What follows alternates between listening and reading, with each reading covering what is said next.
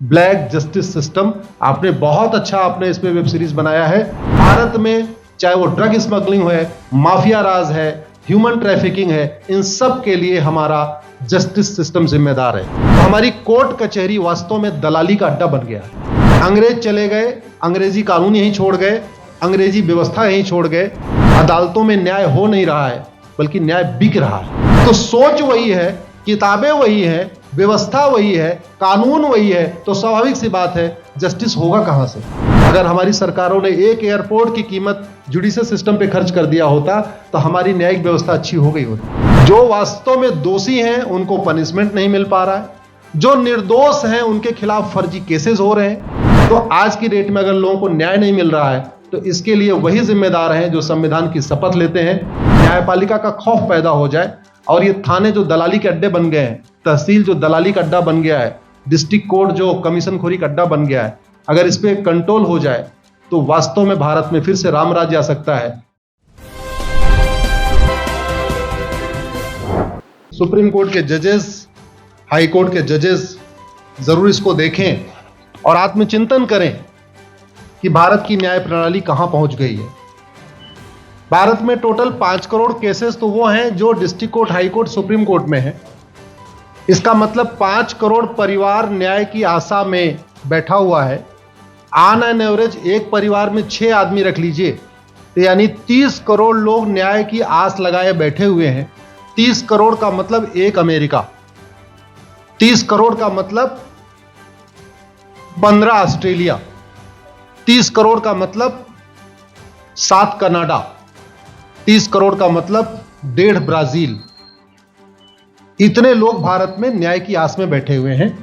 और ये 5 करोड़ केस तो वो हैं जो district court, high court, supreme court में है।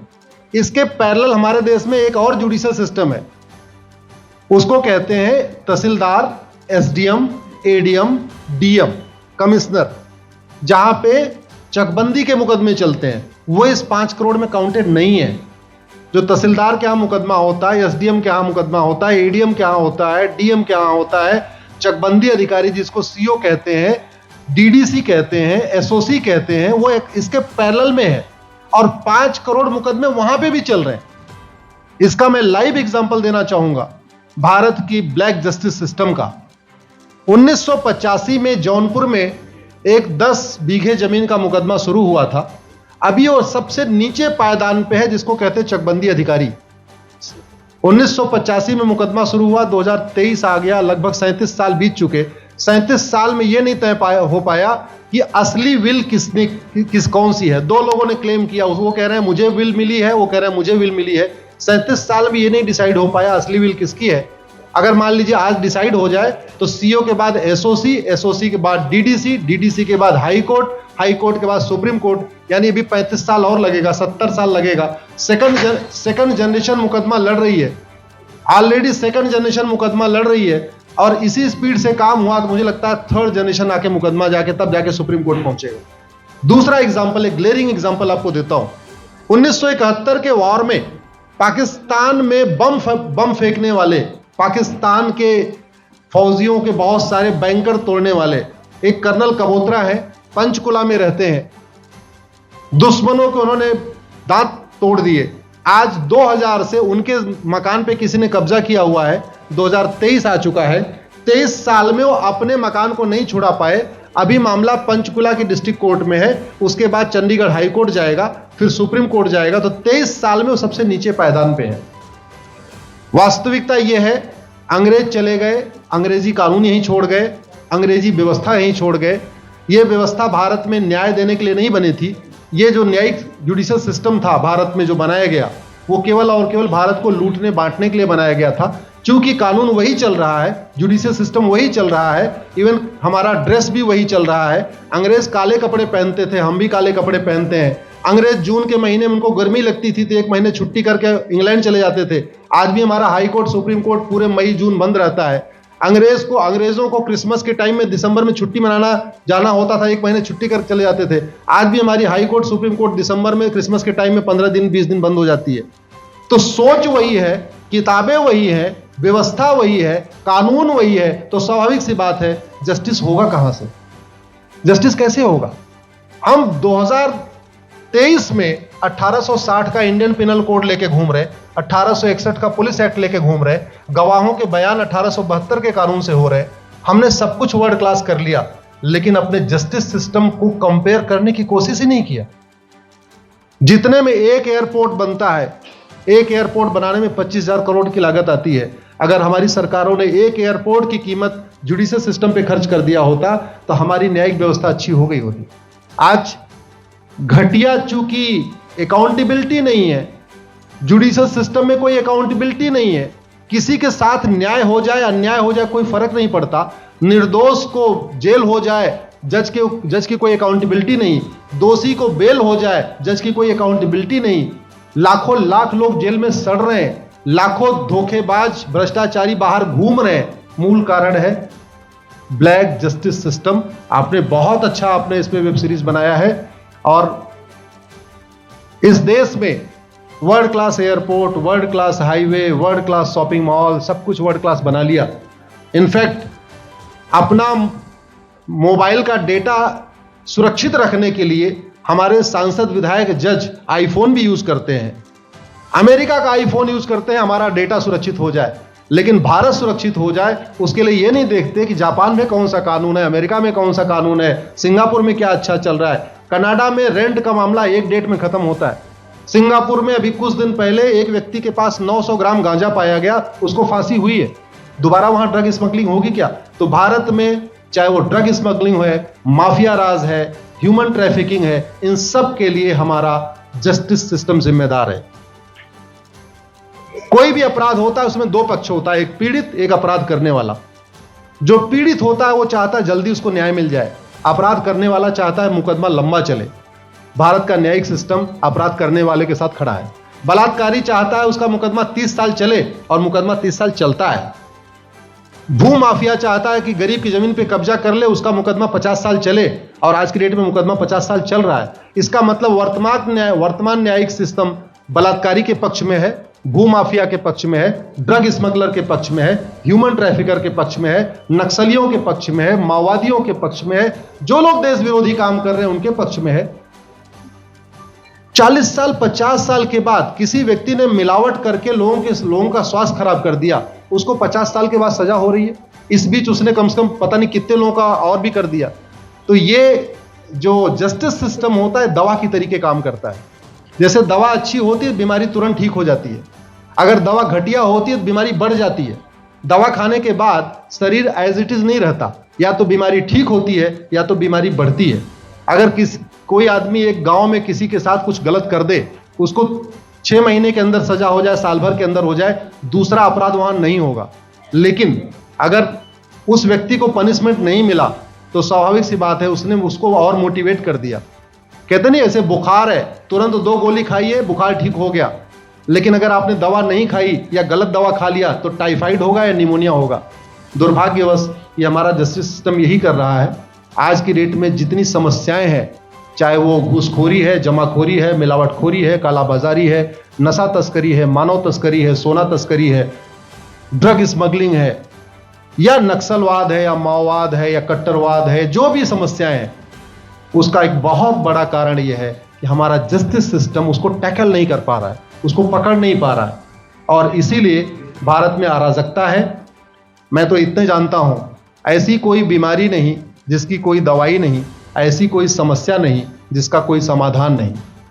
हम हर चीज के लिए बाहर से चीजें खरीदते हैं। हम ये क्यों नहीं देख रहे हैं कि आखिर चाइना का जस्टिस सिस्टम कैसा है, सिंगापुर का कैसा है, कनाडा का कैसा है, फ्रांस का कैसा है और अमेरिका का कैसा है। हम क्यों नहीं बेस्ट प्रैक्टिसेस उनकी अडॉप्ट कर लेते। दुनिया के कई देशों ने नार्को पॉलीग्राफ ब्रेन मैपिंग कानून बना दिया।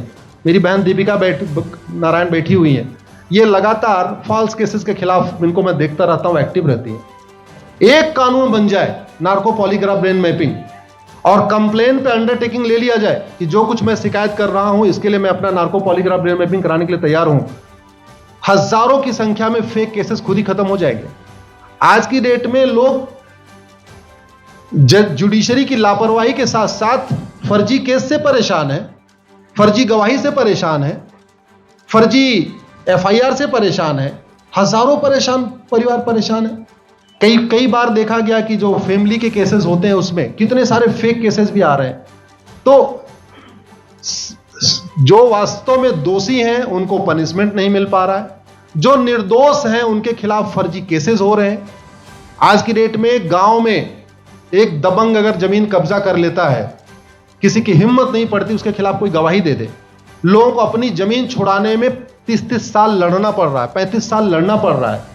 अगर 30 साल 35 साल के बाद कक्कड़ जी उसको अपनी जमीन मिल भी गई तो उसके साथ न्याय कहां हुआ?